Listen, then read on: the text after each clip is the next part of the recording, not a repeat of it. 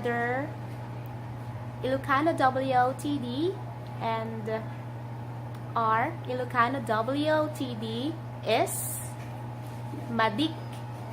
Madik. Madi is the Ilocano word that means don't like or don't want. Sa Tagalog ay, in Tagalog, the word is ayaw.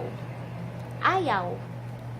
So, ang ating ang ating Ilocano WOTD, madik, or Ilocano WOTD, madik, we have the word for ayaw, which is madi, and the Ilocano pronoun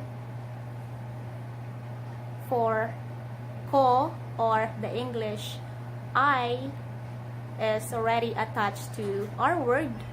Kaya, naging madik. Madik. Or sa Tagalog, or in Tagalog, ayaw ko. Ayaw ko. Madik. I don't like or I don't want.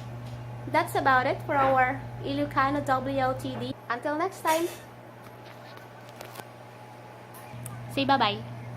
Say bye-bye, big boy. Say bye. Help Tita say bye-bye.